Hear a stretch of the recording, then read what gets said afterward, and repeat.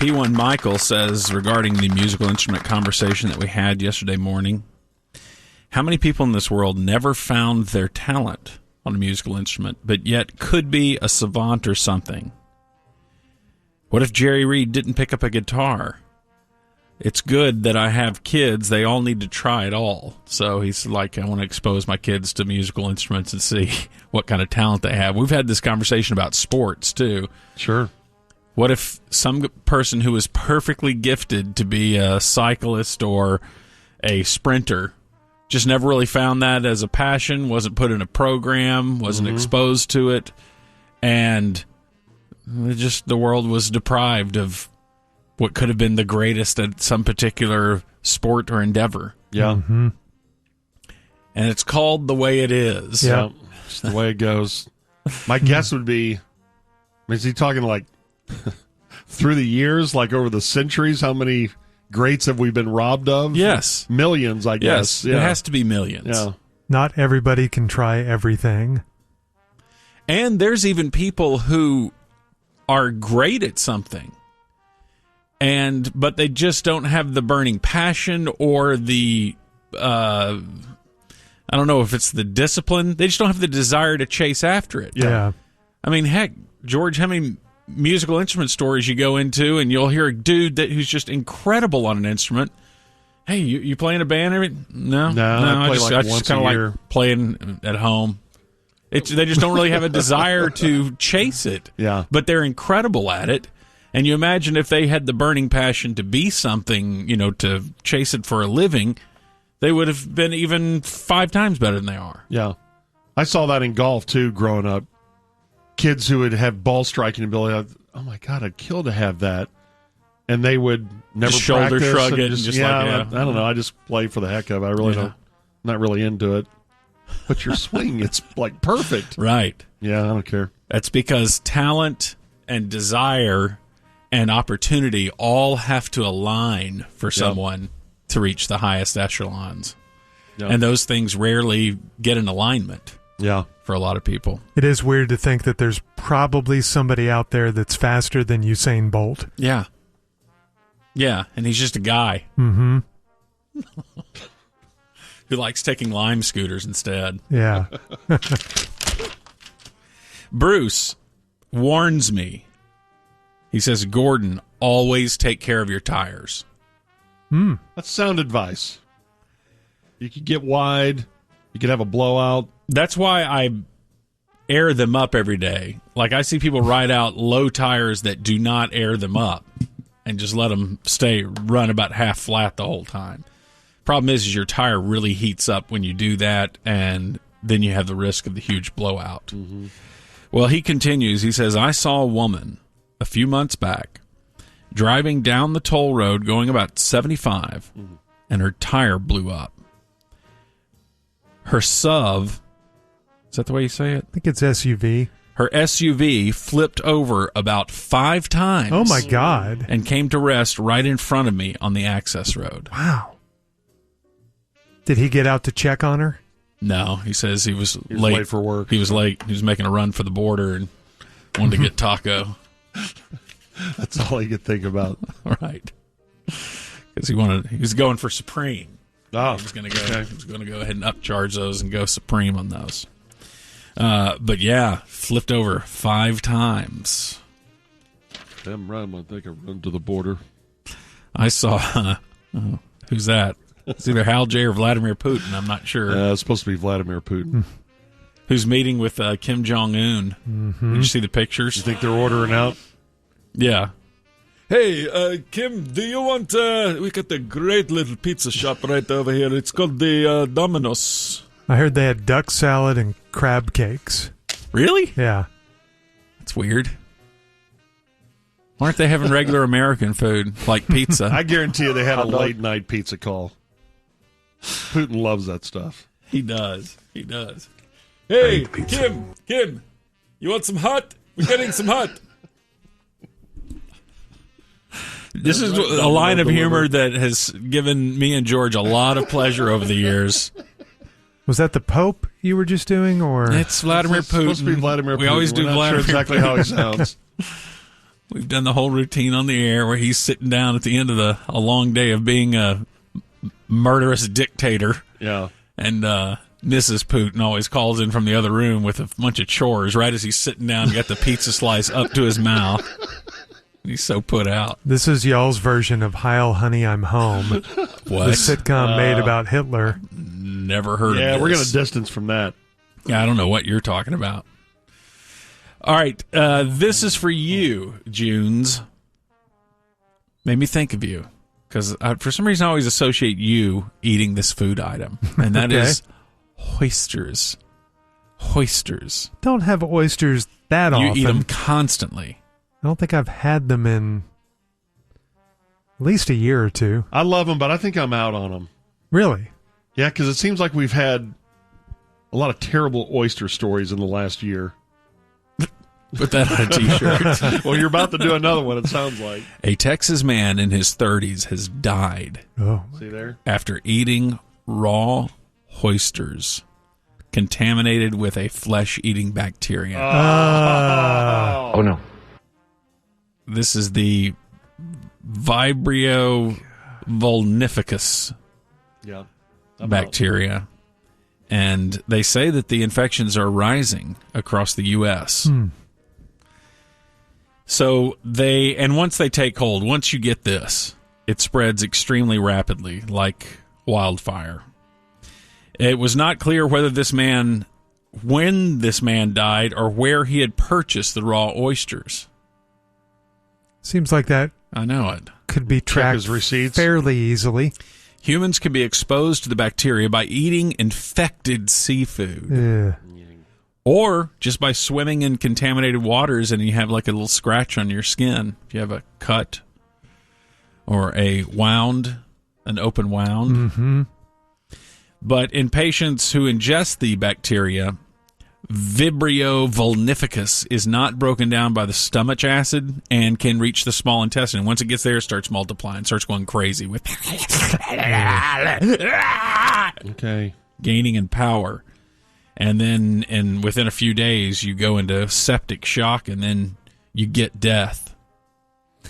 I do enjoy oysters, but if you would tell me this morning that I can never have another oyster the rest of my life, fine. Right. It's not going to change my life at all.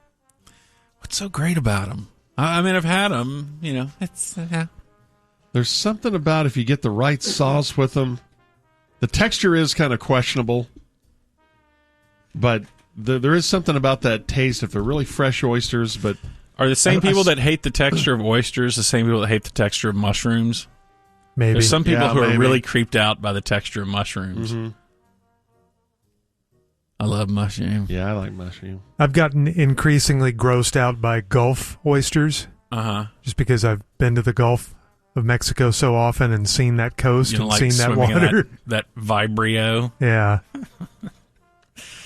Well, about 1 in 3 patients that are diagnosed with this Vibrio infection do not survive. 1 in 3 do not survive. And this guy, he had a liver condition and was on immunosuppressant drugs, so he really should not have been eating oysters. Florida has reported 8 fatalities this year. 1 has also been reported in New York, 2 in Connecticut, and in Connecticut, which has reported 3 infections, it says here, 1 of the victims was exposed to bacteria after swimming in the ocean. Yeah, I swear it seems like I've seen 2 or 3 oyster stories a month that have been terrible. They say that this was Peter King. once confined to the Gulf of Mexico, but the bacteria is now seeped into new areas because of so-called rising sea temperatures. And scientists fear that it could reach every coastal U.S. state by 2040. Wow. Big water, ocean water. So watch out for flesh-eating oysters about things that are arriving on your doorstep to kill your children. Is that a problem with shrimps or any other creature in the sea? Well, it says shellfish, right? Somewhere in here, didn't it say shellfish? Yeah. But you're rarely, if ever, you're never going to eat shrimp raw. So yeah, probably that would when be you really gross. So when you cook it, Yeah, you're probably should be okay. fine. Yeah. So you just have to cook it in temperatures above sea temperature? We have sea level. Why don't we ever have sea temperature? We never talk about sea temperature. Yeah, I think they do. Yeah, like you ever walked into a room and you said, "Hey, it's about sea temperature in here." No, but if you're talking about a hurricane, they talk about the temperature of the water, and if it's warmer, the hurricane's going to be stronger. Mm-hmm. So it comes up. I wonder, grilled oysters are pretty good. Have you guys had those or broiled? Yeah. I wonder if that cooks the flesh-eating bacteria out of it. I'm going to say yes. So those might be safe. Okay. Well, what other foods do we eat raw other than fruits? Sometimes vegetables, but not that often. Like, is there a vegetable that's commonly eaten raw by people? Yeah, and like a dip plate will have raw celery, carrots, cauliflower. It's always gross, though. Dip it in stuff. Once again, you're having to mask something up with sauces. But yeah, people don't take a stalk of broccoli and just start gnawing on it. Right. It's only in dip plates. It is weird that we only seem to do it there. Well, your sushi's raw too, right? Yeah, that's sushi and oysters. Mm-hmm. But there's no other meat that we do it with. Beef tartare, that's raw, red meat. Ugh. Meat. And that what Killer was eating when he It may said have been. Wi-Fi? It was raw meat, wasn't it? Whatever raw. Yeah, but that was like raw hamburger patties they were feeding him.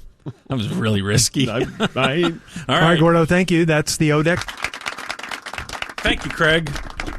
There was a bad wreck in South Fort Worth on Monday night.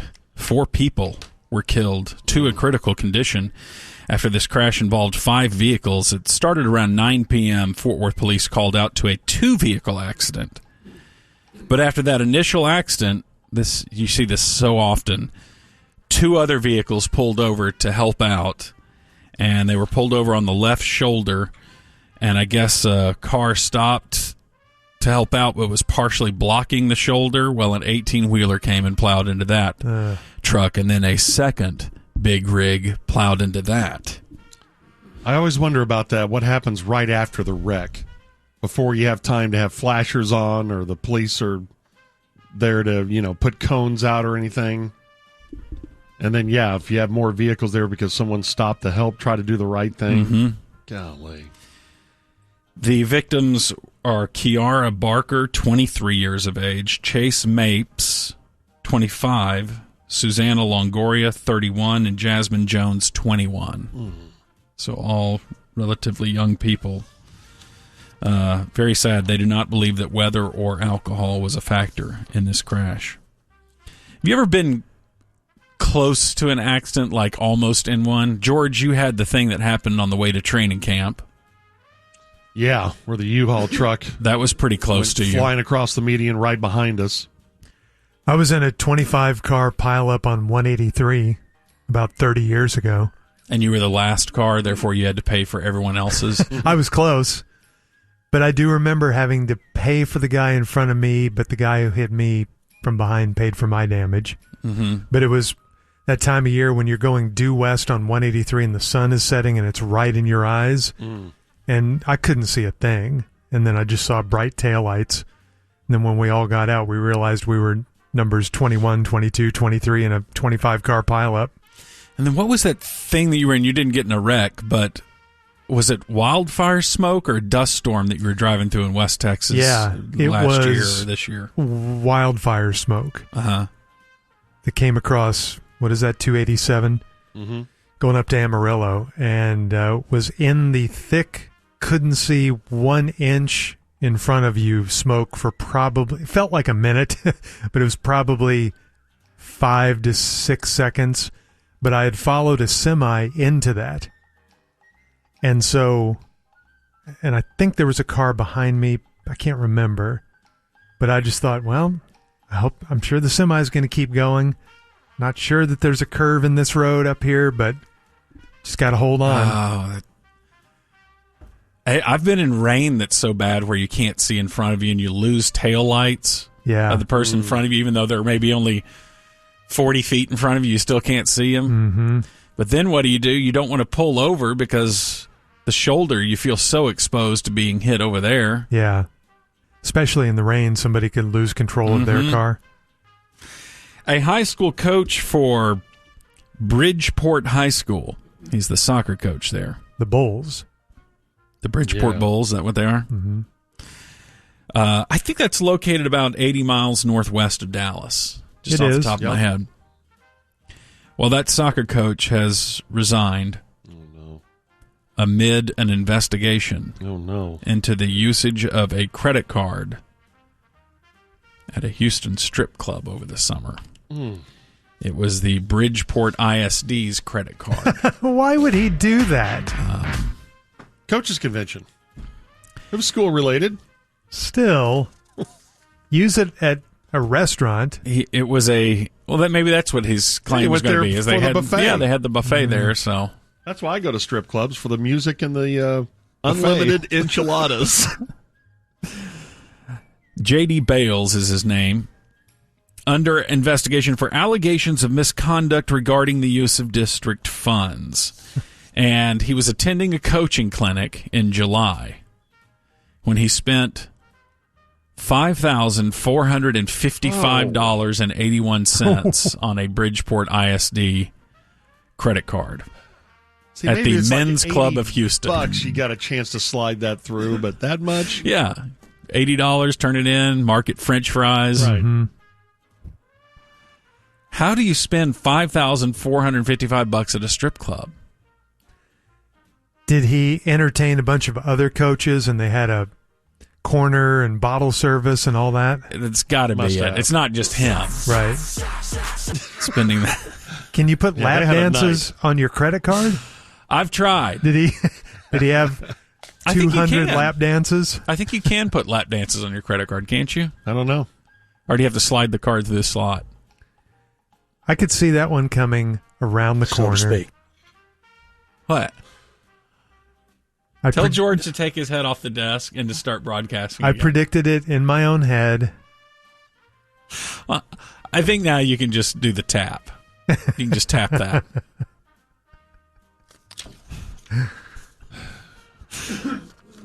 Maybe he inserted it. I don't know. I just don't know. You just don't know. Yes. Okay. Joke!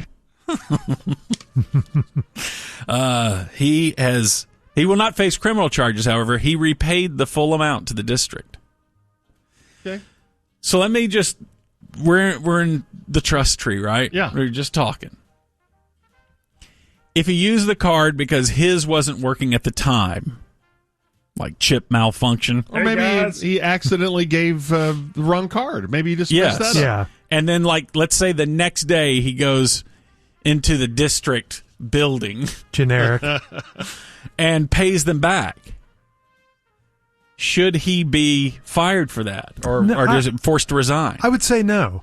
The problem is, though, he's technically on school business. That's in Houston. That's probably the... He was at a coaching clinic. That's the coaches... That's the statewide thing. But they get some downtime and free time. Yeah, but it's still school-related. I would say if he came in the next day and said, I screwed up, I did not mean to use that credit card. Although that, unless they look exactly alike, that's hard to believe. But if he did that and said, I meant to use my own credit card, I was on personal time, it was with some coaches I used to coach with 5 years ago, we were having fun, I wouldn't suspend him. So you support what he did? Okay. I do. All right. Hey, I do. I fully support it. The CDC is recommending that almost all Americans should get the updated coronavirus shot. And the vaccines are expected to become available within 48 hours. Okay. Sounds rather immediate.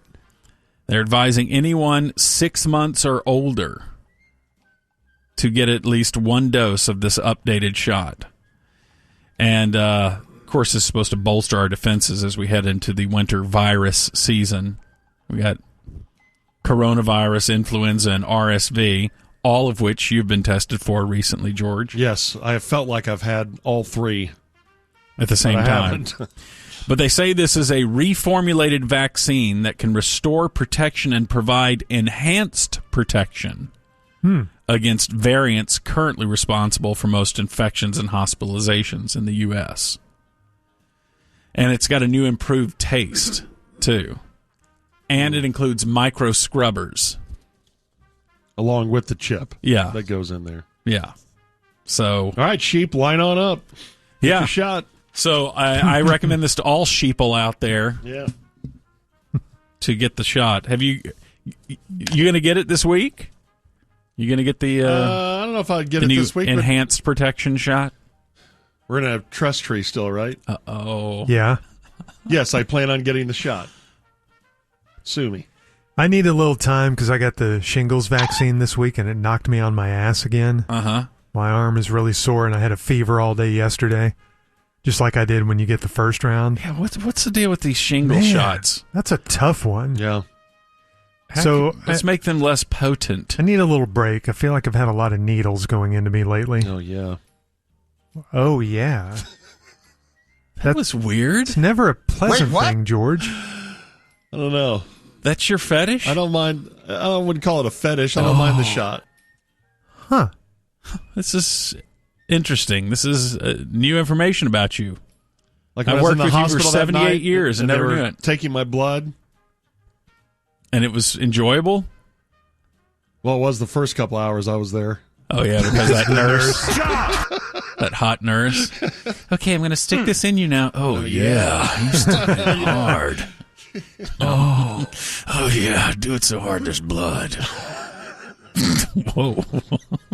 I'd rather get a shot than have my blood drawn, like for those tests. And you watch the tube Yeah, fill I know. up. Yes. I say that, but yeah, I hate I'm not that. into it. Yeah. They stick that in your arm. I and know. You ever known somebody who has I forget what it's called, the blood faint reaction? My like son they has cannot that. see My it? youngest Yeah. does, yeah. Really? It's his own blood. If he sees that, he will faint. See, I don't have that. I just don't like seeing somebody withdraw all my blood. All your blood?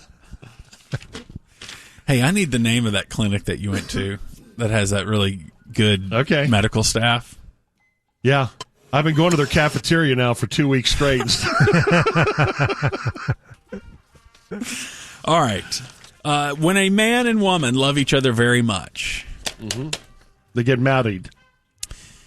A mother of 3, Rachel Bailey, 30 years of age. This is going nowhere good. What do you mean? Yeah. It's going somewhere awesome. She says that she first breastfed her husband Alexander in 2016. Okay. Story. And the take it couple back. hasn't looked back since. Look back. Except for this news story when they had to talk about the origin of This this. is not news. It started as Alexander's way of helping out his wife when she was over lactating, when nursing their kids. And they found it to be an amazing bonding experience. You know what? When you do this and they as say a that loving has made couple, their marriage stronger keep than it ever. to yourself so creeps like Gordo Why don't can't have people share their more love material and bonding for their techniques? daily newscast. Just keep it to yourself. I would like to hear more about Rachel this is a beautiful mother story. from Florida. She said she always made sure that her babies are fed first Oh, well, that's kind of her. before Alexander finishes the remaining Before letting meal. your creepy husband roll in there. Hey, whoa! Now see, you're making judgments there. Yes, I am. Why is he creepy? Because I'm Judge Ja, and I will make judgments from time to time. They say that this started as a pure accident. She said when her eldest son, Troy, was breastfeeding, they went, she said, I went on a cruise with Alexander. However, I forgot my breast pump and was badly engorged for 2 days. She said she was in so much pain, she was scared, she was getting an infection, so that's when Alexander decided he was going to try to relieve her of her milk on this beautiful cruise ship. Here's a picture of the couple, George. You like that? Look at him all. He's got his head on her shirt. Nuzzled in It's the just stupid. in the chesticle area. Can we just stop these stories already? What do you mean? If someone wants to do this, just keep it to yourself. Think of how many Why do you negative have to stories we notify have. This is one notify positive one I'm the trying to end Orlando with. Sentinel, hey, this is what we do because my husband's into it. It's a story of love, Into George. Having a little fun here. She says, we were nervous about the idea of him breastfeeding from me as we thought it seemed weird. But as soon as we did it, we realized it was perfectly fine. As soon as they did it, they realized that, George. It's natural. Once So maybe you realize just it. need to do something to realize it. Everything's cool. See? She said her husband said that the milk was really different than how he expected it to taste, but she felt good knowing that she was giving her husband a great boost of nutrients as they spent quality time together. Blah, blah, blah, blah. He was staying nourished. She, get I this. heard the call from Sean. Get this. She revealed, we realized there was nothing wrong with me breastfeeding him. Well, good. You can go on about your day. You got your she breastfeeding revealed story. this. You can go on about your day. Now, hope you feel better. She said he didn't get a cold for 2 years. Oh, whatever. Would you listen to women when they're speaking of this? No. You refuse to listen to women. That one. That one. Jacqueline Bassett is 79. In her day. What do you mean? It's still her day. As a matter of fact, it's her birthday. She was one of the world's most beautiful women. Well, what happened? She turned 79. Oh, You're a jerk. you are a jerk. You don't think older women can be... I bet she's still beautiful. Oh, okay. Yeah, you covered everything. Do massive amounts of destruction, and then you just say, I'm sure it's still fine. I learned from you. Jeff Ross is 58. Is he the roast guy? Yeah. Makes me nervous, that guy. Let's see. Joe Don Rooney of Rascal Flax is 48. My buddies. Did I say Rascal Flax? I think I had Wee's voice during that interview, too. Fiona Apple is 46. Dave Mustaine from Megadeth is 62. And Mitch Holloman from Reba is 28. Lily Reinhart from Riverdale, 27. And turning 56 today, tickets on Michael Johnson. You're up to date. Oh, right. That is greatness. Thank you. That's Muse. Right now it's 8:40 on the ticket. And joining us now is the second in command, the Dallas Cowboys. It's Stephen Jones. Good morning, Stephen. How are you? Good morning to you. Morning. I'm trying real hard for the Cowboy fans to make this year that I become the official GM of the Cowboys. Oh, Whoa. wow. Okay, so you're putting in the extra hours trying to impress your dad so he'll make you GM? No, just been trying to kill Daddy at breakfast. Oh, Well, gosh. that's not the way to Do get that? there. Yeah, I've been pouring the antifreeze in Daddy's orange juice for 2 months now, but somehow he don't keel over. In fact, all it seems to do is make his real hair come back.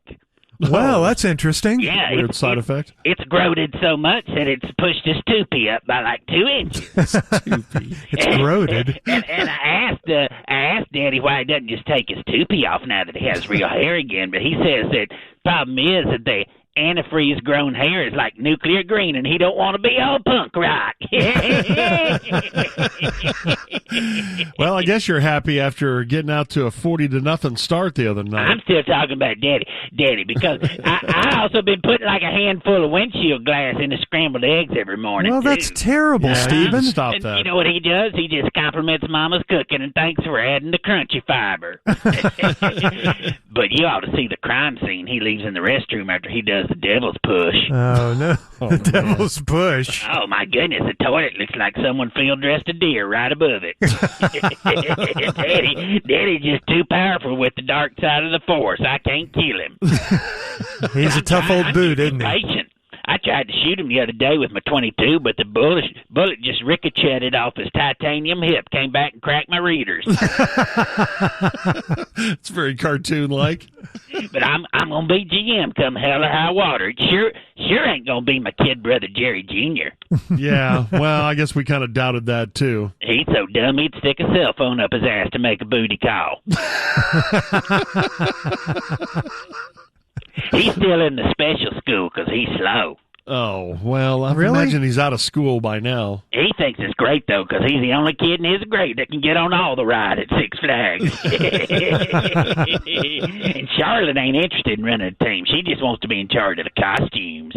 The costumes. That's right. And Mama, she spends all her time with Captain Rex now. She says he's going to be our new daddy someday. Okay. Wow. I think you're Says he's airing, going to raise us right when he moves in. I think you're airing way too much family business here. Guess what I did this morning?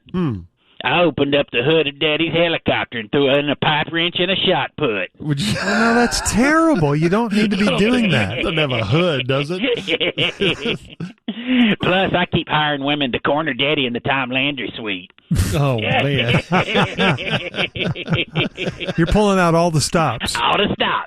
And I got to go now because Jerry Jr. is playing a tree in the musical at his school, and I promised him I'd bring him a balloon. Oh, that's okay. nice.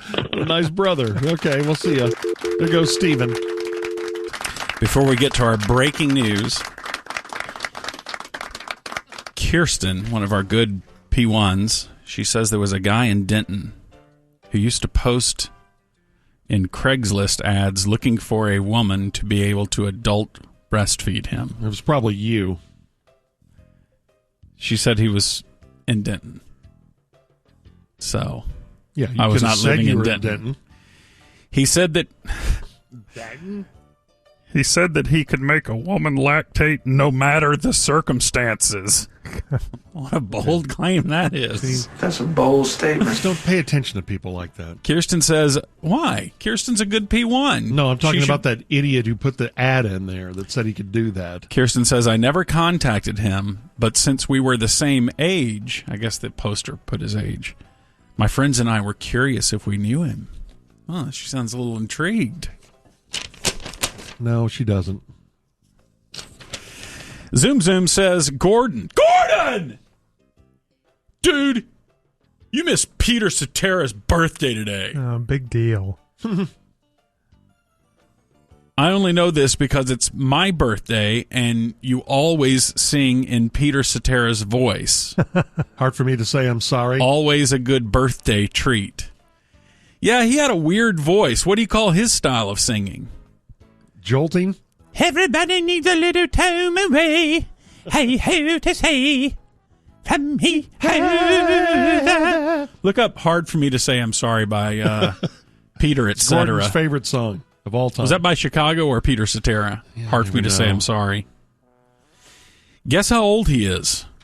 I went back and so researched you were a star this. of the 70s. I did a lot of probably- research on this to find out how old he is now. You're probably in your 70s Yeah. now. 75. 79. Wow. I always like the strings in this.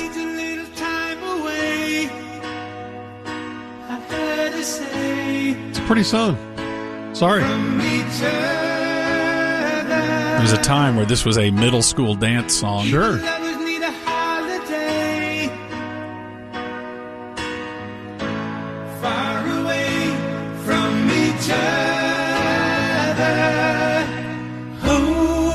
What do you think his celebrity net worth is? Boy, he had a lot of hits, so 20 million. I go 50. No way. Once again, George is the closest. 40 million. What's up, America? Nobody's better at this game than George. That ruins this song. After all the who we've been through. Yeah, that is a weird. Why didn't he just say hell? Back then you couldn't say all hell. the hoo we've been through. Said and done. What was the other slow song they had around the same time? Hard for Me to Say I'm Sorry and then Give me here back comes my the hot boom. dog.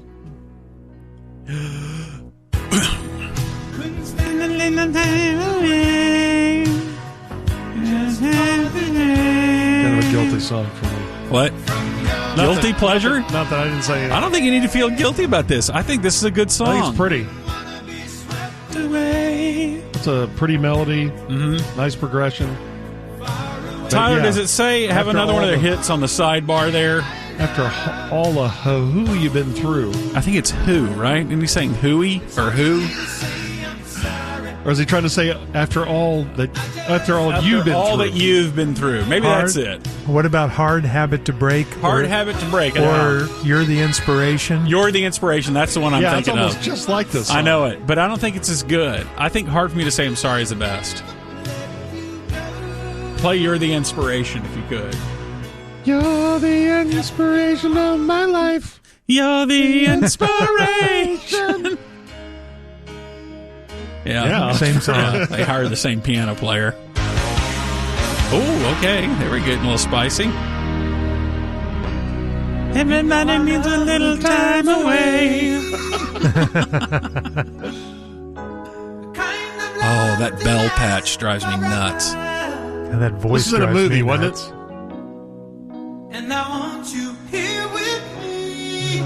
see. I did like it. He was a lead singer and bass player. I always like the lead singer bass player combo. Hold me now. May have been in a movie, but it doesn't say. Okay. Maybe high. Anyway, happy birthday to Peter Cetera.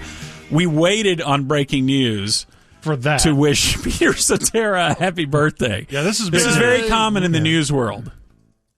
No, it's not. They always put off breaking news didn't do to this on wish ABC Peter this Cetera a morning. happy birthday. This is the news, and this is news. Also from Jesse, he says he used to live in New England, and they had a power plant about 10 miles away, and they could hear them testing their alarms every Saturday. Interesting. So maybe, who was that told that story? Aaron Rodgers. About his UFO story? Guy's doing psychedelics and seeing UFOs. What's happening with him? Well, surgery now. Breaking news. Hit the breaking news sounder. There you go. There's no singing. There's no Italian guy singing. Have you ever heard the name Danilo Cavalcanti? Oh, Cavalcanti. They got him? They got him. He is now in custody. Wow. In Pennsylvania, ending a 2-week-long manhunt for the I'm a little disappointed. convicted Wow. crab-walking killer who escaped from prison by crab-walking directly up a wall. We said just as recently as yesterday, we thought they were going to get him. Didn't we? I don't know if I said that. I mean, if you've been I able to thought they elude them were- for 2 weeks, But I was just doing, well, what's I don't the want to give critical him time is the credit. first 48 hours. Yeah, and if you can escape from prison and stay on the run for 2 weeks, Yeah. I mean, I don't want to give him like some sort of award Looks or like anything. You're but pretty I just, impressed with him, huh? And the crab walking, you got to add that the in there crab too. walking, it's Go ahead. one of the best escapes we've ever had. Oh my goodness. Nobody got hurt. How did they capture People were him? frightened, but Well, a woman died. That's why he was that in was prison. before the escape. I'm just saying. The Oh, so last it doesn't 2 count. weeks. Okay, gotcha. No, it Yeah. counts. Mhm. It's terrible. Mhm. We needed to find him. Yeah, imagine how scared everyone around there was. Yeah, I mean, people were terrified. petrified. Yes, There were awful. businesses that shut down Yeah. for the past 2 weeks because they People were fearful. Told to stay inside and lock their houses. I'm not sure how long. I think school has been out this whole time up there. I know it has at least this week. Yeah. So, and guess how people found out that he had been captured? And apparently this has been how they've been updating the public this whole time. The police TikTok page? Facebook. Or whatever that is? Yeah, it's a police Wi-Fi. officer doing an unrelated, irrelevant dance while the text comes up there telling about the guy that escaped. No. I don't think TikTok page was the proper terminology. TikTok page. TikTok. People got a reverse 911 call. Really? Yeah.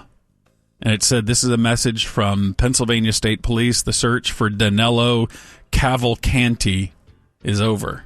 The subject is now in custody. A reverse 911 call. So if you look on your phone, it says caller ID 911. I guess. So I saw some of the footage this morning. Was the National Guard in on this? Because it looked like dudes in fatigues. So had him there were surrounded. 500 law enforcement officers in on this. It included members of the Pennsylvania State Police, the ATF, the FBI, and the U.S. Marshals. We are U.S. Marshals. They were all involved in it. And when they found the dude, it says a state police SWAT team and a Border Patrol tactical team. From the northern border? Which Pennsylvania border are they protecting? I don't know. Watch those Canadians. It just says Border Patrol tactical team. Yeah, how do you guard the Canadian border? What do you mean? With guards? I mean, what are the people going to do who are sneaking in from Canada? Hey, just thought I'd come down here and try one of your donuts, eh? Steal all your bacon. You got to have the proper identification here and paperwork. Oh, I just thought I'd come on down here and kind of help out a neighbor down here or something. A small part of Pennsylvania is on Lake Erie, which is split half and half, so it is kind of on the border with Canada. Well, this says Border Patrol Tactical Team, so maybe it did come up from the Mexican border or from farther away on the Canadian border because they were a tactical team they were called in. Maybe that was it. But when they encountered him, he was sleeping in tall grass on top of a rifle. Wow. That sentence will be used about Craig Miller one day. Beaten. When they find Craig, he'll be sleeping in tall grass on top of a rifle. That would be the toughest thing on the run, wouldn't it? Food, and then how do you sleep? Mm-hmm. Yeah, do you think you ever are fully at rest? No. If you know that 500 people are looking for you? Yeah. So he was so tired that he didn't hear 500 people sneaking up on him. Well, I don't know that all 500. But police are, they're probably having a news conference right about now. I think they already did. Oh, Looked they like did? they were doing it 15 minutes ago. Okay. Some 15 minutes ago. So now Vice President Johnson is assuming the oath of Crab Walker. Yeah, so who becomes the new Crab Walker now that he's been caught? I don't know. But as he goes back to prison, does he have cred because he was on the run for 2 weeks? And Crab walked his way out of there? Yes. And is he going He's a hero. Super secret lockdown as he goes back in? They'll put him somewhere where he can never escape again. He won't get to hang out in Gin Pop. They'll put him in the hole. I don't know. I mean, they may put him in the hole for a while, but I bet you he goes back into the general population, I wonder right? if he goes to a different prison, a more secure prison. How do they have this design flaw in that building? Like, how did they not know that someone could escape this way? Because he was the second guy who did it from that place. Oh, someone has already done that before. Yeah, there was another dude who I think escaped or tried to escape twice and was able to crab walk up, I think, that exact spot, but they caught him before he got to the razor wire, or the razor wire had slowed him down or something like that. But this guy crab walked up the wall, and he was the one who was able to, they say, eel slither through the razor wire. That sounds like a before he awesome maneuver. Shrimp descended down the outside wall. We should offer him the forum. Yeah. I don't think he really speaks good English. Oh. Yeah. He's from Brazil, where they speak Portuguese. That's right. You got that one right. So he is back in custody. Joe Michael corrects me and says, just caught the end of the O deck. Aren't most salads composed exclusively of raw vegetables? Yes. Yeah, okay. Yeah, your claim earlier in the O deck was that nobody eats raw vegetables. Hold on. That's not true. I acknowledged your little dipping tray vegetables are raw. Mm-hmm. Carrots and celery and I think broccoli there too, right? Is that raw broccoli? Yeah. On the dipping tray? Yep. And I said, yes, but those are items that you're mainly using as sauce delivery mechanisms. Mm-hmm. And I think a lot of times that's basically what salad is. You like the dressing. Yes. Yeah. Yeah, very few people eat a salad without dressing. But people will eat a hamburger, for example, without any sauces on it. People will do that. Yeah. I'd say it's pretty rare, but they will put do anything on it. Oh, I know a lot of people that eat burgers without a lot of people anything. don't put anything on there. Absolutely. Just meat and bread. Yeah, Is ham's that the way one of ham them. does it? Mm-hmm. That was the ham alert. Either that was the ham alert or that was the nuclear power plant testing its alarm 10 miles away. I will bet you less than 5% of Americans eat a burger with just bread in the bun. I mean, just meat in the bun. Where are you going to get your energy data from? And your energy, somewhere. if you could answer both questions. Somewhere. I appreciate it. Where? Oh, somewhere. Yeah, Okay, I thanks, think he's right man. about that. You've got to put something on it. Generic. I don't think so. So that's a pretty strong counter argument. Okay, I guess That's a pretty good discussion. I guess you got me. I think we got to the bottom of all Mustard of and it. ketchup is the best combo, by the way, for sauces on a hamburger. Mustard should never be on a burger. Never. I love Crazy. ketchup. Never, ever, ever. The mustard ketchup combo is so strong. Ketchup mayo combo. It's pretty good. What? You should never combine those two things. Yeah, ketchup mayo combo does look like you've just lanced something. That's not very appetizing. All right, close the audio vault. All right, Gordo, thanks. That's the corner. Get the Steak Podcast at patreon.com/sportsgreek. Well, look at this. A snake in the birdhouse. Well, a corgi, actually. Was that Micah or EA? Which one? Lead. I think that was actually, Micah on further review. I wouldn't be surprised. How we doing, boys? Great. How are you? Good. We're doing good. Yeah. We're doing very, very good. It's good to be in the studio. It's good to have you. It's where I belong. Why are you wearing a sun hat in the rain? You don't like this hat? My bucket hat? I mean, it's fine, but usually it's a jet. reserved It's made out for of a jeans. beach or something outside in the sun. I just hadn't really showered and Keeps didn't the want to rain put on off a your head. Normal hat. And it's not raining. It's perfect No? outside. It's beautiful. We are so lucky. Blessed, in fact. Yeah, we are. Okay. The Lord liveth. With the recent Penn prison escapee being caught, you guys saw that, right? In an Eagles hoodie. Yeah, just makes you hate the Eagles even more because he Yep. loves them so much. Mm-hmm. He was doing it. He was escaping for the Eagles. He was a trying to criminal. get to the next game. They play Thursday. And I don't know if you got, yeah, right? I don't know if he was going to run to Philadelphia. I don't know if you guys saw the Showtime show Escape from Dannemora about Ben Stiller directed it. It's about the true story of the prison escapees from Dannemora prison that they ended up catching them, but they're on the lam for like a week, basically. Okay. So this guy got caught.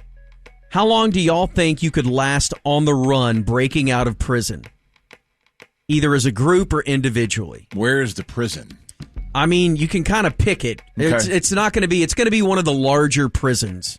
Yeah, because I would want one in a wooded area. But then what are you going to do? Well, you what have are you to going to have. eat? There in a wooded area. You There's have- at least animals and berries. Are and you, whatnot. are you going to kill the animals? Okay, yeah, how are you going to kill it? If you are in prison, you have time to study these things. You could be able to read a book about what berries you can eat and what you can't. You need somebody to leave a can of gas or something for you outside that you can pick up that you just kind of trace behind you to throw the dogs off your scent. He's thought about this. I would not survive an hour. Yes, you would. 1 hour? Because they'd probably catch me as I have all my clothes hanging off the gas station bathroom as I have to go poop.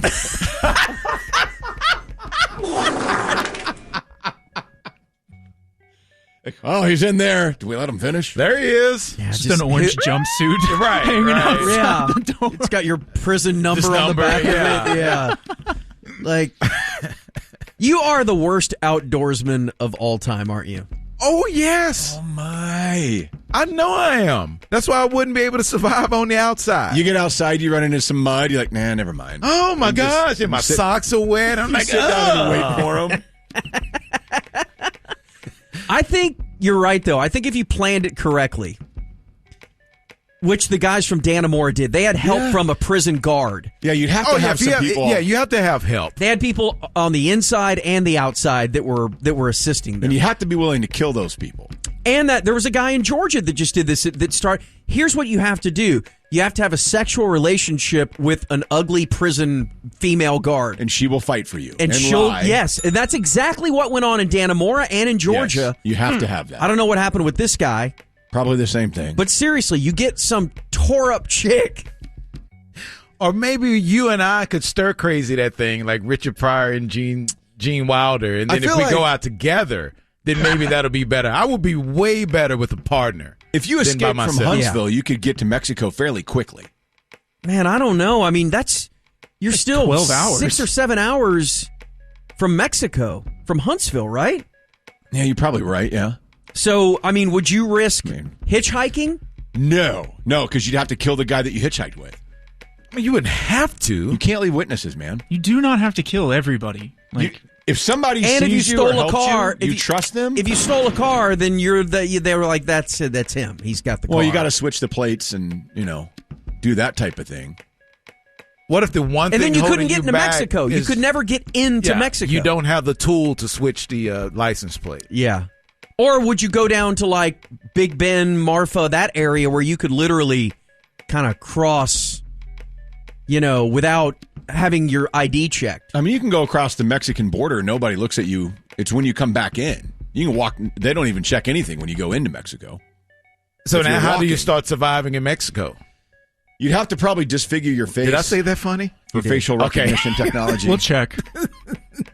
Yeah, it's a lot of work. I don't know. I want to say I could go a week, but there's so many variables that have to go your way. Man, the food thing is so huge because you can't go to a Wendy's. You can't just you just stay nourished. You could go to a gas station as long. I mean, that guy looked thin as hell too. The problem is that cameras are everywhere.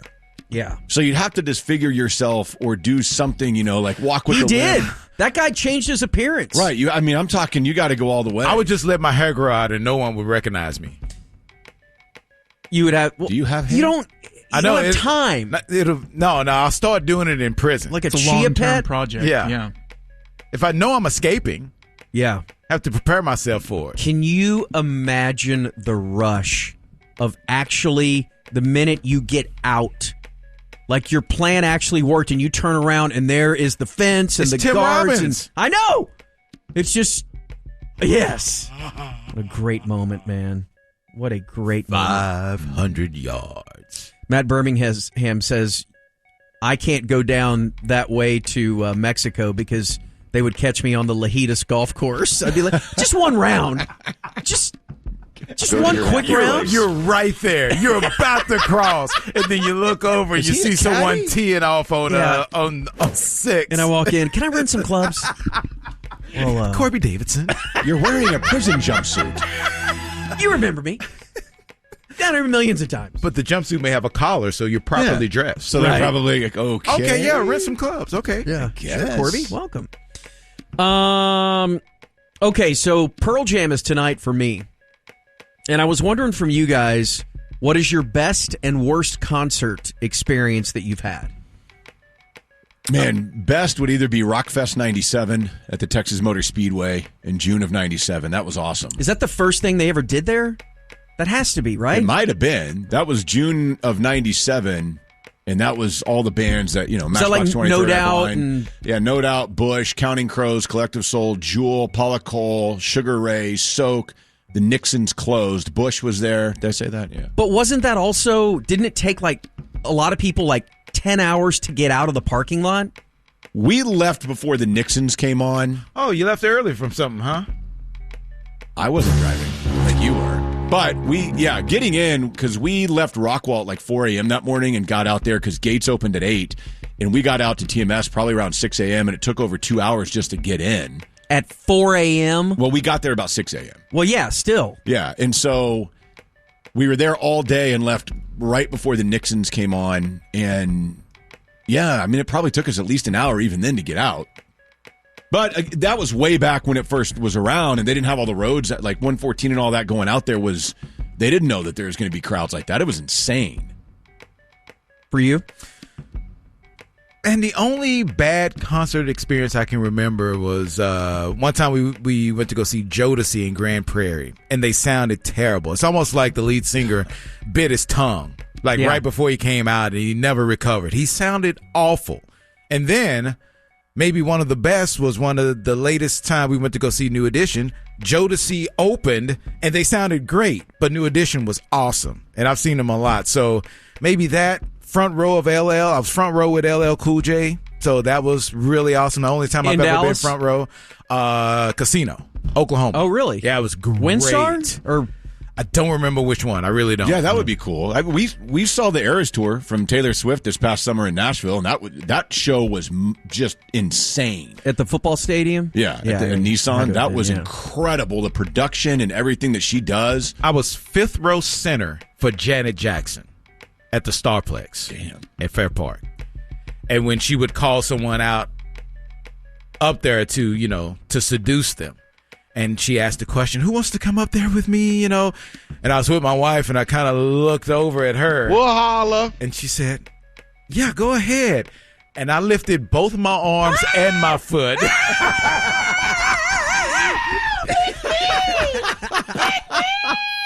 She's like, okay, maybe not like that. Then I would have gone nuts if I would have gone up there. What year was that? Back when she still looked good? Whoa. Something's happened to her. What? She's had a lot of things Just done. Awesomeness. No, She's half plastic now. Yeah, okay. she is. What do you put your eggs in every morning? Okay. A Tupperware. Okay, plastic. Okay. It's useful. Well, her eggs are in plastic now, too. So. Donovan, do you think you could name, if I played you a Pearl Jam song, could you identify it? Could you tell me if it was Pearl Jam? I try, but I don't have a lot of confidence. Man, his voice is so distinctive. Like, is this Pearl Jam? That doesn't sound like Pearl Jam. Is it? I have no clue. That is not Pearl Jam. Okay, that is didn't Led sound Zeppelin. like it. No, that is Led Zeppelin. Okay.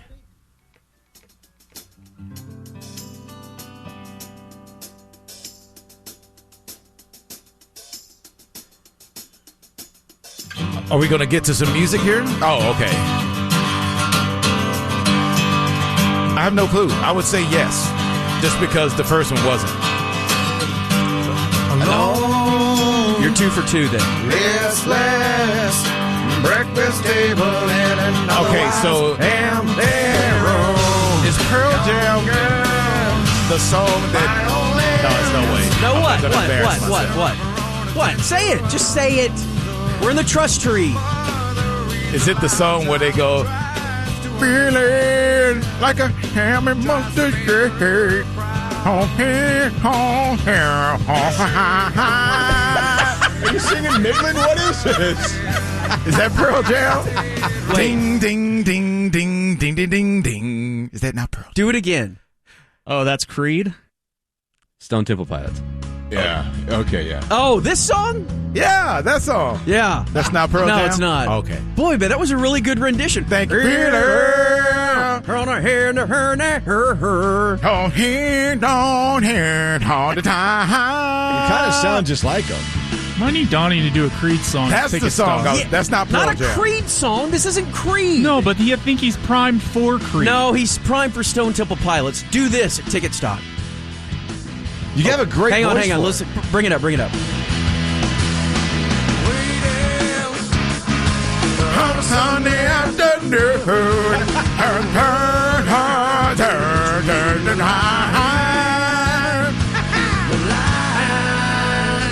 Yes! I will. Get you in a big purple velour outfit, You're scarves. right. Feeling like a hammer monster.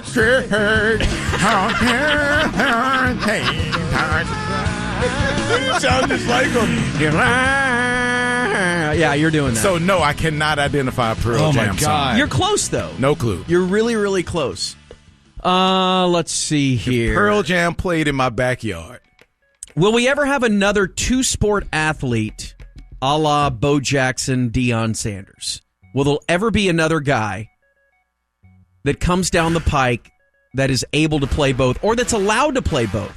That's the key. Yeah, I think you're going to find more going both ways athletes like Travis Hunter and Shohei Ohtani than the two-sport athletes. Because even in college now, you'll see guys that are like, oh, he also plays basketball, but not really. He's like a spare on the basketball team. I think you'll see he it also in runs track college, or whatever. like Jameis was a pitcher Kyler. at Florida State. Kyler was a pitcher. Like, could Kyler... Mahomes was a baseball player. Yeah. I don't think he ever really played at Tech, though. Maybe one game. Like, Kyler was good, though, and he got drafted early. Right.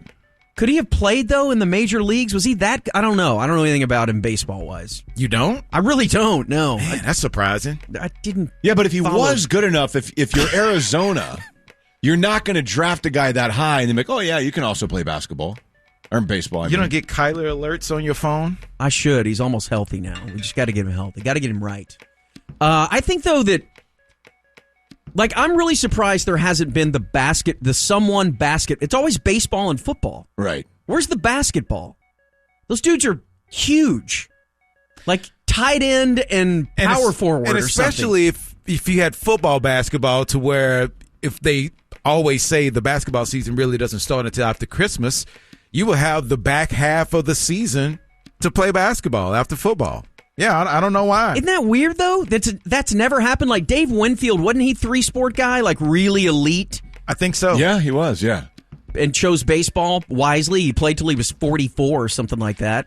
But, I mean, it would just seem like that those two, that the super athletic basketball guy, because they're the best athletes in the world, hands down.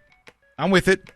That they didn't, that there's not a wide receiver or something like that. That they all, I mean, like, I've seen CeeDee Lamb like dunk a basketball, and it looks like he's dunking on a 4-foot rim. It's so easy for him. Did you know the Cowboys drafted Pat Riley? Yes. Yeah. Which is weird. I mean, they drafted Carl Lewis also, but Pat Riley is the one that piqued my interest. Was he like a left tackle? No, he was not. What did they draft? Was he a receiver? Did he? I don't even know if he played. No, he didn't play. Yeah, but I just wonder what it was a lot more position he drafted him common for. in that day. Guys would play all kinds of sports and would be able to go on, but now... And that's the other issue. Most people that are professional athletes, they specialize by the time they're in like 9th grade or 8th grade even. It's one sport. You recognize that you're like crazy elite at it, and that's the only thing you do. I think that's kind of wrong. I hate it. I hate it. I think it's stupid. I don't know how you could, at the pro level, I don't know that it ever happens again. Because if you're that good of an athlete and you're really good in one sport, like if Bo were to come out now and was that good at baseball, do you think the Royals in this day and age would allow him to go play football or vice versa? I don't know that they would. Well, we'll continue that in next week's Birdhouse because we are out of time. Thank you, Corby. Thank you, P1s. Yes, that was fun. We'll see you, boys. Once again, The Ticket presents Why Today Doesn't Suck. Dude, you suck. And now, here are your hosts, Sean Bass and David Mino. Ah, yes. The sweet spot. David Mino, Sean Bass. Thanks for hanging out with us every day, 1 to 3. And at 3 o'clock, here is ham and a baked apple pie. Thank you, Mino. Eatsy's Market and Bakery and Sante Center for Healing brings you just to Montegreen. Thank you, Ham. We say hello to the hard line. Corby, Bob, Dave. Hey, Dave. Bob. Dave. Here Dave. Again. Ty was looking at him. Last day in studio this week. Whoa. Maybe ever. Type. That was a pretty controversial Birdhouse, so I could see why. Thank you. We try to push the envelope. Mm-hmm. Yeah. The envelope was almost pushed through there. Although I do enjoy the hypothetical of how long could you last if you did break out of prison. I wouldn't survive prison. I would be dead in prison. But that's why you try to escape. Right. That's why you got to get out. Get stuck in the wall or something. 3 hots and a cot. What do you got? What else do you need? I think when I have to ask the guard to help me get my chair over the wall, they're going to be on to me. Let's put you in a catapult. They just be like, yeah, there's no way that's an inmate. Yeah, there's no way. Just let him be. Monty in his little orange jumpsuit, just trying to wheel out. No, he's fine. No, yeah, I'd be in trouble. As a half white guy, half Latino, in a wheelchair, I might as well just tape a 24/7 sign on my backside. AP, open all hours. Just change your appearance. It'll work. Just bleach your hair blonde. Just dye my hair? Yeah. Get a face tat. All right, well, today is Tuesday, September 13th, the 256th day of the year, 109 days left. In 1969, Scooby-Doo. Scooby-Doo, where are you? Aired on CBS. But he doesn't do. Brilliant show. Name the show Velma. Just an awesome show. It's really good. One of the worst deals we ever had. You know, if they would just have edited the chase scenes a little bit, where it's very Benny Hill and they're running. Yeah, they're always going in one door and then out the other door. Yeah, they didn't have to do that to cheapen the fabric of the show. Yes, a very smart crime show was cheapened. Right. Scooby could just never run. It was he would like have to gather himself for a few seconds before bolting. Yes, it was like True Detective with a talking dog. It was the first show to mainstream lesbians. We didn't know that Velma was a lesbian? We sure about that? Actually, I think so. Beverly Hillbillies was a little bit ahead of their time. That's true. Yeah, wasn't the grandma lesbian? No. No. Hathaway like Jethro, though. It wasn't like Velma and Daphne were scissoring or anything. Oh! What about Peppermint Patty and her friend? Hey, They were like 8.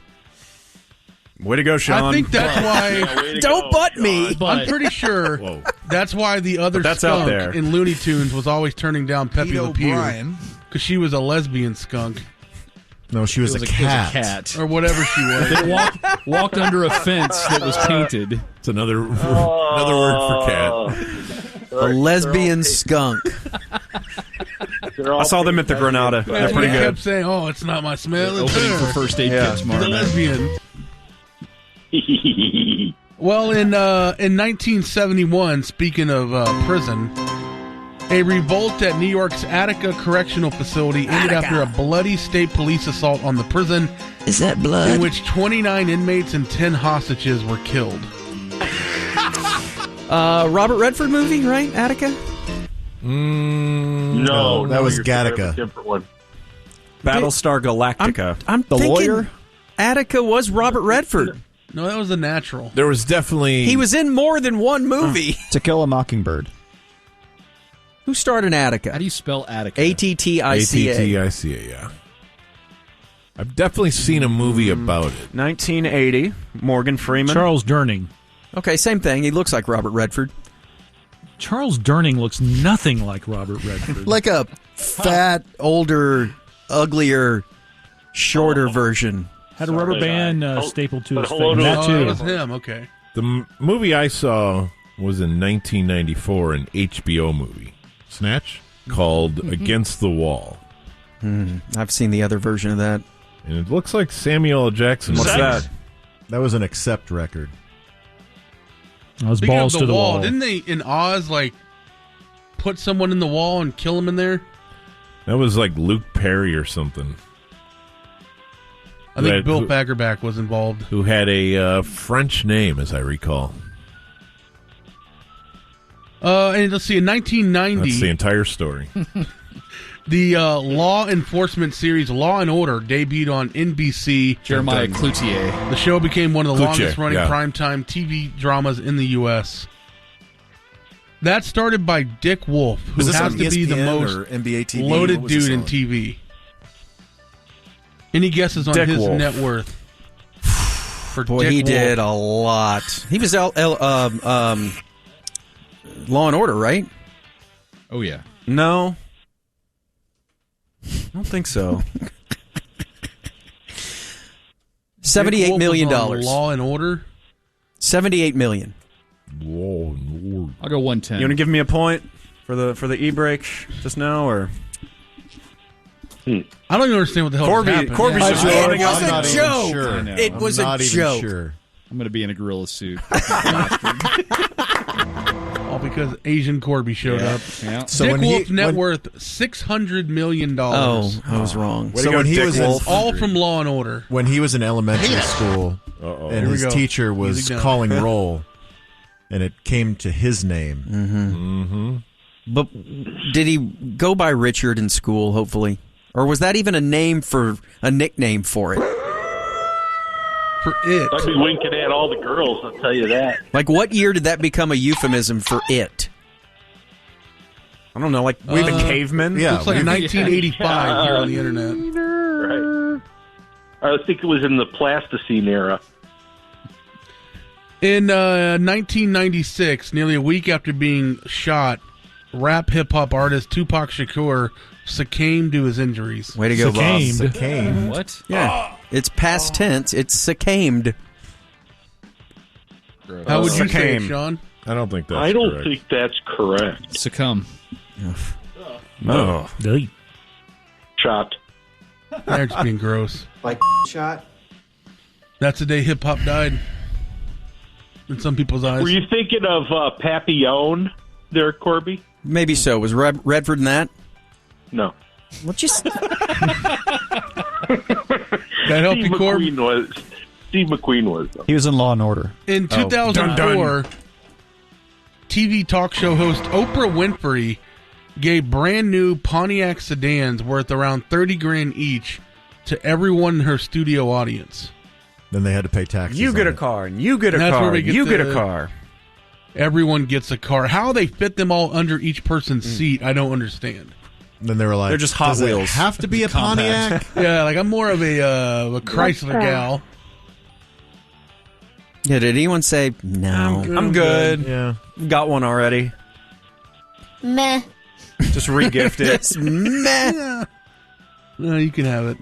And in 2018, I know you all remember this. Amazon live streamed Thursday Night Football, where Cincinnati beat Baltimore, and it was the first all-female broadcast booth in NFL history. That was the Dude Perfect game. With Andrea Kramer and Hannah Storm. Everybody tuned out. They became cycle sisters. They spent months lining up right over to It's a good thing they weren't playing the Bears. Oh, God, they're just attacking the booth. Yeah. Is that blood? They can smell the menstruation. Now they're putting the whole stadium at risk. All right, P1 birthday today. Hey, Monty, please wish a happy birthday to my V1 wife, Carly. She is turning 37. How's her back? She I'm almost turned off the radio yesterday listening to the Hardline talk about the Joe Bros. But she's willing to try again. The Jonas Brothers. All right. Yeah. We forgot about the bonus The Jonas. bonus Jonas. Yeah. Her leaders are the Musers. Drop request, George's Moment of Silence. That is from P1 Travis. Paul in... what? Hey, Monto, happy birthday to me, Chris. I turned 30 today. You and Miney are my leaders. Drop request, Mino bombing Lee Trevino.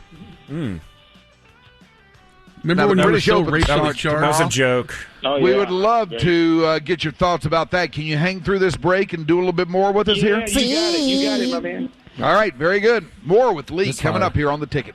Tomorrow on the Morning Musers, we continue our salute to the Metroplex. The and hell? we'll be coming to you live. And you left me up. The timing. And you left me up. I did. I blacked out. Didn't know what happened. Trying to rip his sombrero off. You peaked early, dude. I did. We're just normal men. I mean, were you just scrambling all around? Like, I don't know. Incredible. He wanted to answer for Lee because there's no way Lee understood him. See? So I'll answer his I native remember language. Ty looking at me through the glass like, what? What just happened? That's awesome. And I think Danny did the move where he takes his headphones off and laughs.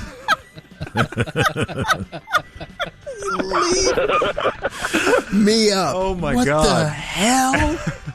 Just on an island.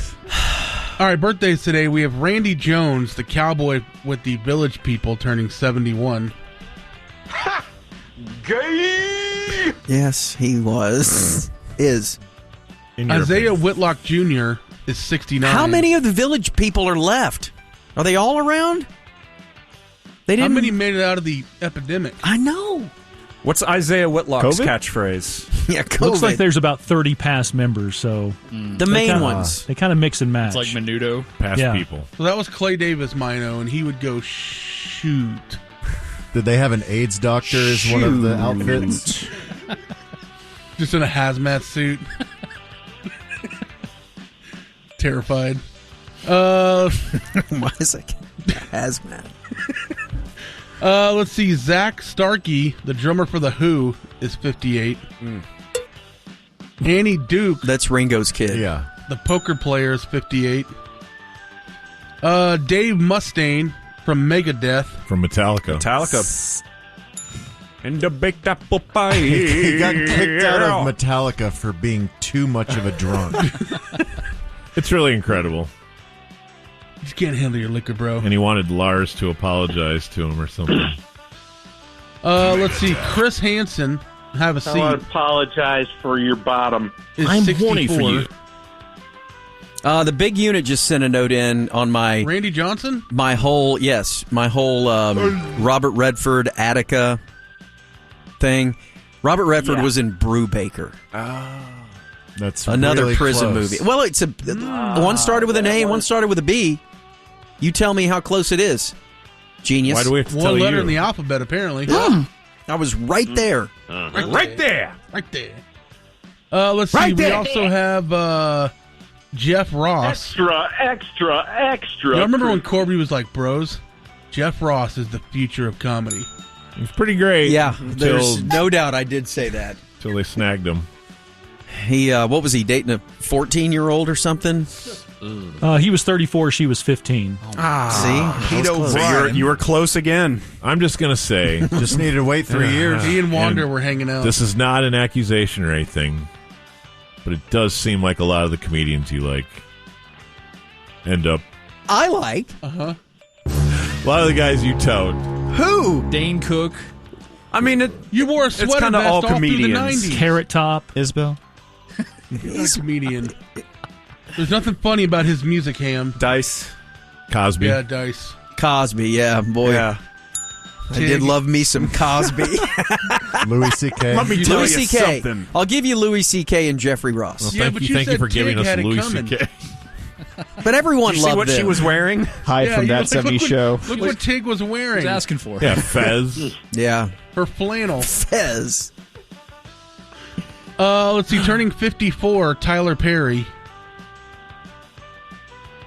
Turning 43, Oh, I know Mino. this guy. Black dude. Isn't he a billionaire? Tyler Perry? Gotta be. Probably. Right? Mino, Ben Savage is 43. Okay. Wow. From Boy Meets World. $1.1 billion. For Tyler. For Ben Savage? Yeah, for Ben He Savage. does not make... I'll blow your mind. I've never seen one episode of Boy Meets World. What? Never one episode. Good for you. Way to hold tight. Topanga, bro. Tight. I know Topanga, but... Yeah, what was your first then? Didn't Topanga get all big, though? Yeah, fine. but in the right place. Perfect. She didn't get like Frito pie big. Like Frito? Frito. Does she She still got- act and stuff? Yeah, she's in The Crown. I don't believe you. Topanga, Boy Meets World. Am I going to get in trouble for searching this? How old was she? Just search Topanga now. The other stuff Yeah. you search for will get you in trouble. Topanga Right. 2023. If you look up Jeff Ross's girlfriend, you might get in trouble. she Playboy looks Cardi, great. the rapist, is I'm a 27. Playboy guy. That's kind of who I am now. Okay. Couple of sports birthdays. We have Michael Johnson turning 56, Bernie Williams 55, 5. Matt Patricia 49. How old's Playboy Cardi? Where is Matt 27? Patricia now? And Bob, where's Matt back to the Patricia? paint. At the buffet. Did he I go feel like he slinking might be back out to of New work. England? The senior defensive assistant for the Eagles. the architect behind them. Hold on, Mike. Well, now you like him. My Eagles. I think he was arrested this morning, actually. If there's some pictures. We have Daisuke Matsuzaka, who had the gyro pitch and rewrote baseball. 3. Born this day now dead. We have Roald Dahl. Oh, yeah. Roll. Sounds like an EA name. Of, Charlie We have and the Chocolate Factory. Milton S. Hershey, who you can't Inventor of spell the highway. chocolate ham. That says chocolate. And Richard Keel, who was the guy in Happy Peel. Gilmore, the big guy. Jaws. He's Jaws. Moonraker. And yeah. Jaw, but mainly Happy Yeah, Gilmore. She was Mainly in, Jaws. He was in He Attica. beat up Shooter in the parking lot. And And there was Shut it down! Let's go home! You pick them bad. Bye, Justin. Bye, David. Bye, Project. Broadcasting live from the TXU. DEATH. What does that spell? Death, death, death, death.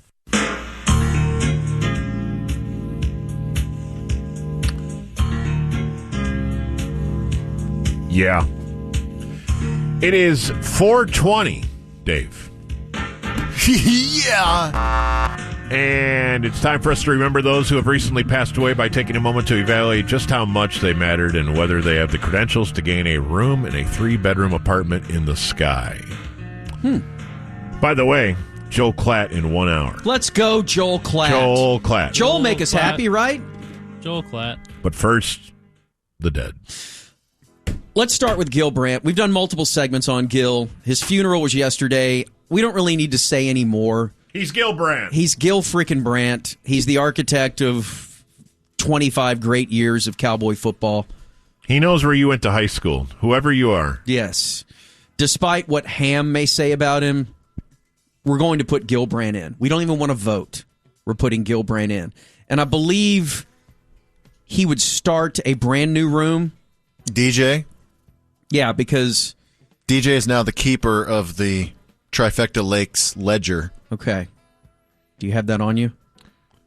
Who else is in room 209 with Jimmy Buffett? Bob Barker. Bob Barker. I don't think so. Well, let's just leave it at that. I think this is... Bob Barker's with Pee Wee Herman and Sixto Rodriguez. I think we're on 209, and Jimmy Buffett was the first member of Gilbrand and Jimmy Buffett Perfect. are two of the first, or of the people that live in this. The dead, where the dead live. Yeah, see, I'm on it. I think that Jimmy Buffett, or Gilbrand would appreciate the drugs that Jimmy Buffett will have in the apartment. Snorting lines and, maybe sneaking over there and seeing Mary Tyler Moore or somebody else who's dead. He was living to be in the trifecta. Totally. All right. Well, congratulations to our good friend Gilbrand, who is now part of the undead.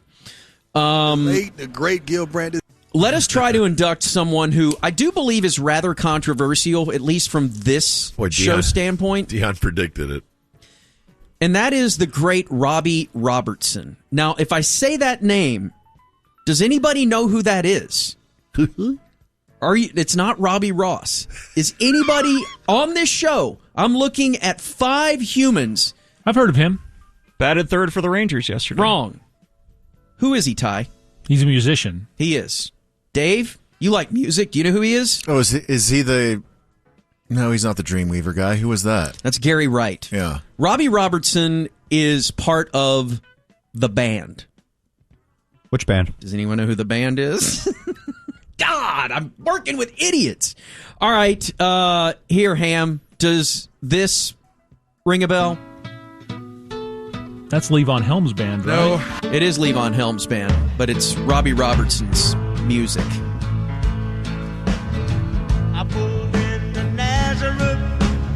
Now? Yeah. Dave, you're so uncultured. You're so electronic. Where are the keyboards? He, of course, the architect of The Wait, which is this song, The Night They Drove Old Dixie Down, Up on Cripple Creek. He was the backing band of Bob Dylan, known as The Band. And then they split off from Dylan.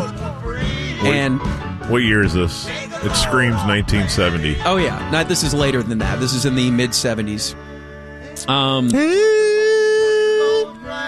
But Robbie was more than just being in the band. Now, when the band officially hung it up in 1978-79, they made a movie. And we talked about the Talking Heads movie, which is known as one of the great rock documentaries of all time. Martin Scorsese directed The Last Waltz, which is the last concert the band ever played. And I'm assuming you haven't seen it? No. It's flipping amazing. I've seen it probably, I was texting Georgie about this when Robbie died, and George did a big segment on Robbie, but I've seen it probably 10 times. It's one of my favorite movies, not just rock documentaries, but movies ever. It's the famous scene where Neil Young gets up there to sing, and he's got a huge rock of cocaine stuck in his nose. And as they're filming it, he comes off stage, and Scorsese goes, "Dude, you've got coke in your nose." And he's like, "I don't care, leave it in there." Meaning, when you edit this. Well, at the time, they ended up spending like $1 million, because they didn't have the technology back then, to edit out a rock of cocaine stuck in Neil Young's nose. It's a great story. But Scorsese had this relationship with Robbie Robertson, and not Robbie Ross. Robbie Robertson did the music, much like Johnny Greenwood from Radiohead has done all these different movies and become his second gig. Did you know that Robbie Robertson did the score and the music for Raging Bull, The King of Comedy, Casino, Gangs of New York, The Wolf of Wall Street, The Irishman, and Killers of the Flower Moon coming up? Did you have any idea? Had no idea. That this guy was part of the very rare group of people that have won Grammys, have won Oscars. He is... So he has an EGOT? No, he doesn't have... an Emmy? Emmy, yes. Yep. Out. He's done. But he was a heavy weight in the world of music and mattered. But again, I don't know if he matters enough to you guys. That is a huge laundry list of things to get him in. But Bob, does he belong? You had never heard of him until 30 seconds ago. You make a compelling case. Thank you. But it would be tough to put him in. Yeah, you're like the goose presenting Gil Brandt. I know.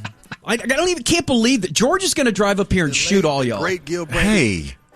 With a water gun. I could be swung here, but I don't feel like I can lead off. Do you want to pass and go to tie? I would like to survey the rest of the room tie. As the jurist who's not sure. I had heard of him. I didn't know about all of his credentials, so I will say yes. Deej?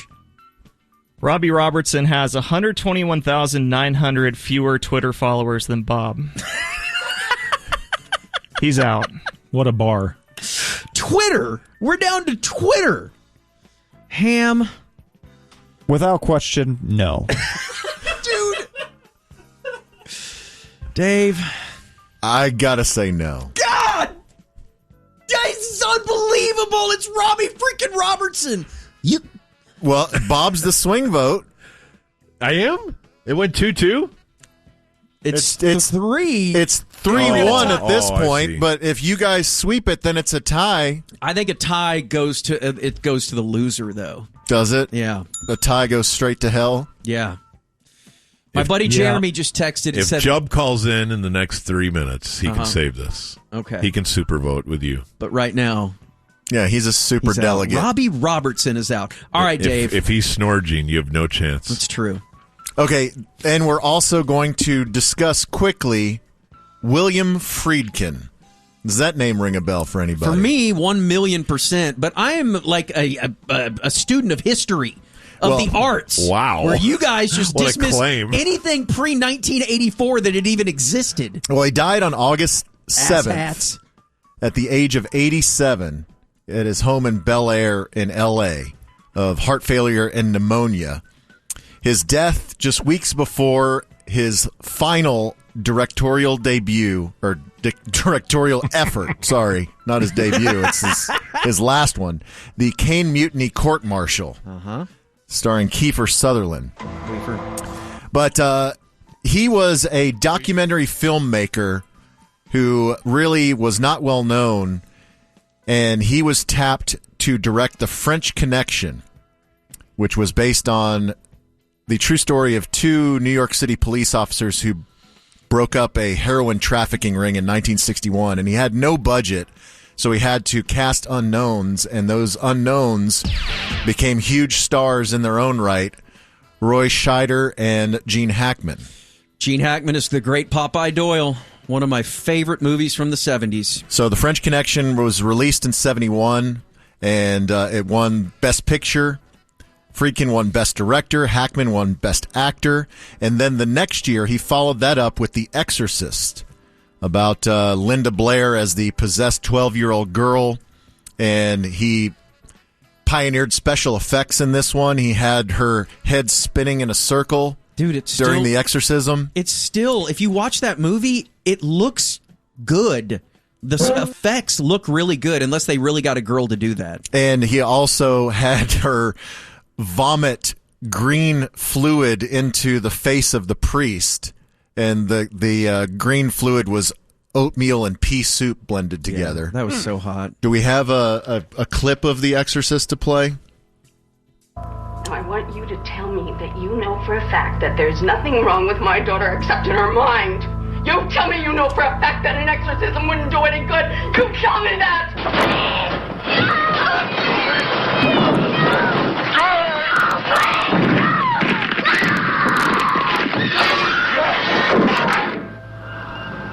The one hope. The only hope. The Exorcist. Oh, is this the trailer? Yeah, it's the trailer. Okay. Yeah. Dude. Yeah. So it came out in December of 73, and it's one of the top grossing inflation-adjusted movies of all time. So in $73, it made $200 million. That's the equivalent of $1.3 billion today. Yeah. How about that, Bob? And it also was $1 trillion it made. I'm wondering if I'm ready to watch it for the first time. It was also the first horror film to be Bob. nominated for Best Picture. The Sting won that year. The Stink. The Stink. Two in the. And then he went on to have a few flops. That's enough. We don't have time. Cruising. Bob, is he in? Cruising. Al Pacino as a New York City detective who goes undercover in gay S&M bars. We need to watch that. Oh, my God. As some homework. I'm putting him in because he directed Blue Chips.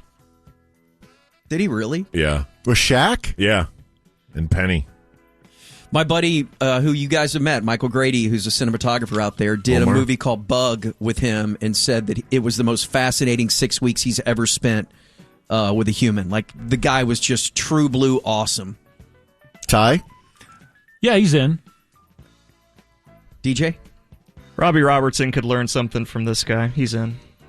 He did win an Oscar. But so did Robbie Robertson. Not as a director. Yeah, it doesn't count. This guy directed The Hunted, so yes, he's in. Okay. What's The Hunted? It's got Tommy Lee Jones and Benicio del Toro. They make knives. Okay. It's really cool. Yeah, he's in. All right. There you go. All right. So does that complete the room? Yes. Yes. Room 209. Yes, so we have Jimmy Buffett. Gil Brandt. Yes. And William Robbie Friedkin. And then The late, the great Gil Brandt. Here he is, Dave. Thanks, Jimbo. Dave. So the VMAs were last night. Yep. And less than 1 million people watched it, but I guess some people care. A couple of notable things that I would like to bring up here in the context of E-News. One is that after 19 years, the 5 members of NSYNC reunited on stage for the first time. Were they So it all was fat? 19 years ago, Justin left the band, but he was on stage last night with JC and Lance and Joey Fat One and Chris. And they presented the Best Pop Award, which, of course, was won by Taylor Swift for Anti-Hero. And who had the most successful career out of the band? JT, bro. Oh, yeah. It's tough to tell.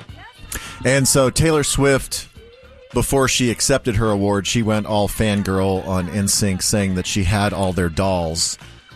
And that she was like, "Are you guys going to do something? I need to know what it is." Because there's been a lot of rumors that they are getting back together. And again, there's a market for that. Nostalgia. There'd be a huge market for that. Dude, so many MILFs in limousines out here if they came to the AAC. Yeah. Yeah, it would be insane. But On no, board.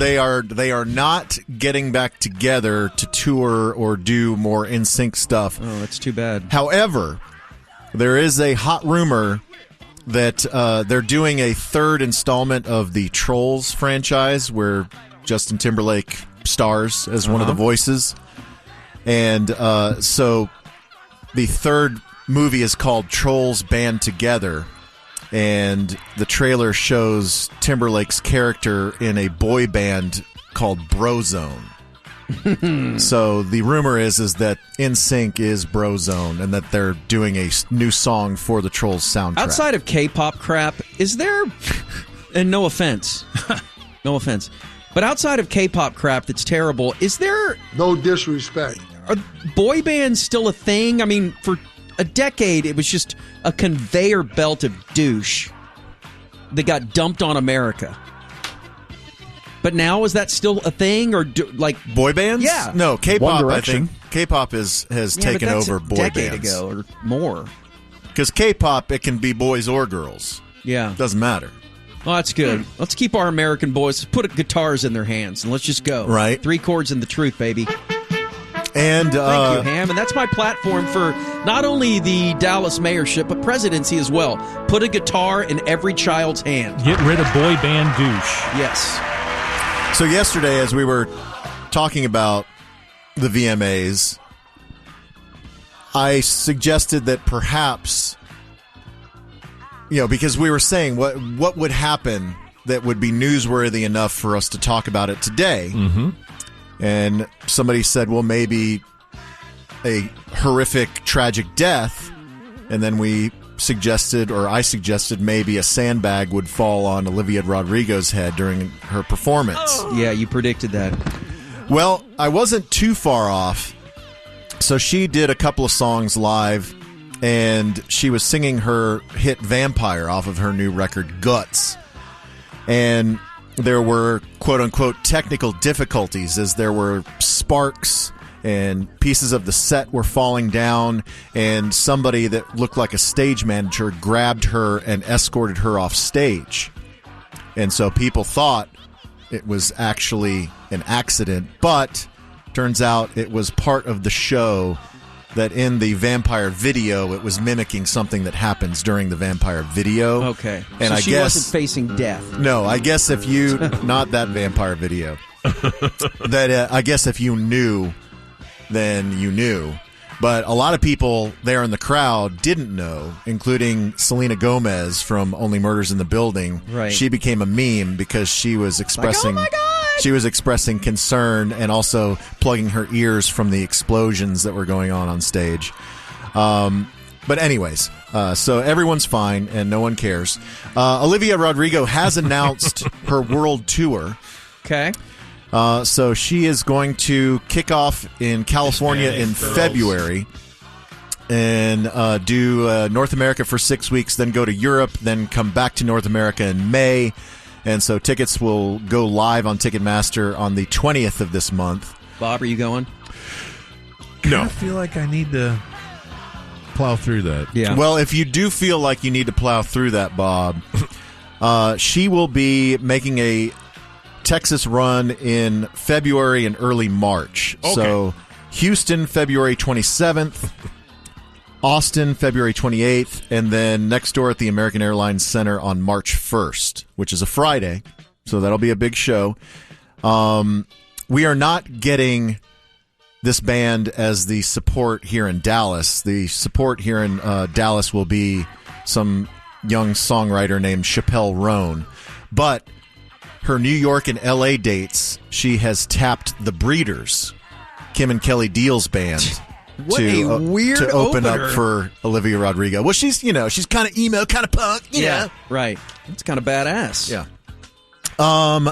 Speaking of music, and we talked about Stop Making Sense, the Talking Heads documentary that was remastered and re-released at the Toronto International Film Festival. And so what I didn't realize, so Monday night, when they screened it at the Toronto International Film Festival and then had the Q&A after with the entire band, that was a live IMAX event. Oh, so you could have gone to the 635 in Webb Chapel? Yeah, IMAX? I don't know how many they had. I believe they showed it at 165 IMAX screens across North America, and 25 of them were sold out. Kind of bad timing to do it on the night Aaron Rodgers ended his life. Yeah, but for that one night event, it was earned over $640,000 on those IMAX screens, and so it was, I guess, the film and then the Q&A afterwards. And so if you do want to see this, the IMAX engagement starts on September 22nd, and then it'll be limited run in regular theaters September 29th. Who directed that? Be on TV? It was directed by Jonathan Demme. That's right, Jonathan Demme, who did Silence of the Lambs, did that movie. Indeed, he did. How about that? Oh, wait. Yes. He's in. Wait. I put him in. He's not dead. Oh. Who is the celebrity that is most closely associated with Snake as Corby's doppelganger? I'm going to say Brad Pitt. Our friend, I agree, Bob. Mina Kimes. Our friend from the Monkees. Yes, Mickey Dolenz. Mickey Dolenz is the last... Mina Kimes. Not everyone looks like DJ. Mina Kimes. Yeah, DJ looks like Mina Kimes.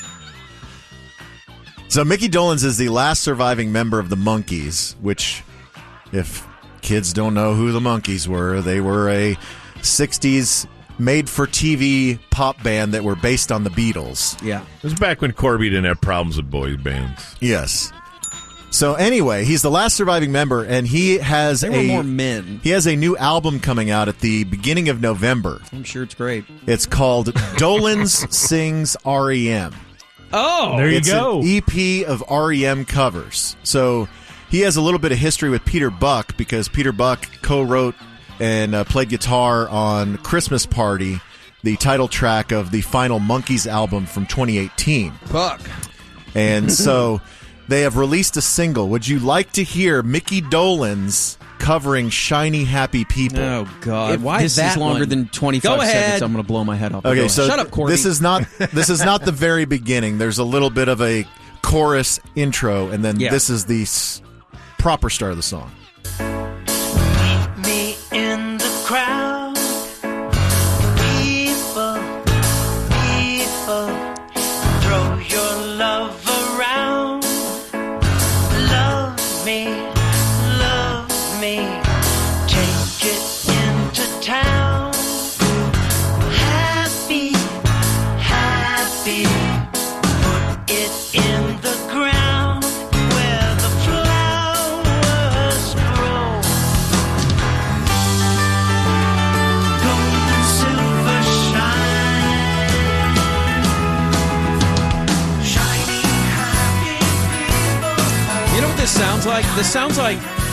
It makes sense. It sounds like a bad Polyphonic Spree cover band doing that. Yeah. Like, I would think Tim DeLauder and his band could really make a kick-ass version of that. Yeah. Sounding in that vein. But that's just whatever. Well, Michael Stipe has tweeted out, and he said, Mickey Dolenz covering REM Monkey Style, I have died and gone to heaven. Shiny Happy People sounds incredible. Never thought I would hear myself say that. You know, I peed next to him one time. Because I guess he hates that song along with most of us. I've heard. Yeah. Do I have time for one more really fast? Go. I was like, so Kanye West is being sued. Yeah. This guy named Tony Saxon was hired by Kanye in September in 2021 as a project manager, caretaker, and security for his house in Malibu. Mm-hmm. And according to the lawsuit, Saxon says he was working 16-hour days and sleeping on the floor while coordinating the remodel of the home, and that Kanye ignored all of his concerns and only paid him for 1 week of work. And then in November of 2021, Saxon says that Kanye demanded that he remove all the home's windows and electricity. That sounds like a normal guy. And then when... Electricity. Yes, and then when Saxon said he wouldn't do that why would I do that, Kanye threatened him and said that he would be considered an enemy, and that if you don't do what I say, you're not going to work for me, I'm not going to be your friend anymore, and you'll just see me on TV. And so Saxon said, I don't have a TV, so then he fired him. Sounds like Chuck McGill from Better Call Saul. So I wonder what the resale is if you renovate your house and remove all the windows and electricity. Like zero. It's zero. Goodness. All right, Dave. Good stuff. Get the Steak Podcast at patreon.com/sportsgreek. All right, Community Quick Hits. Here's Dave.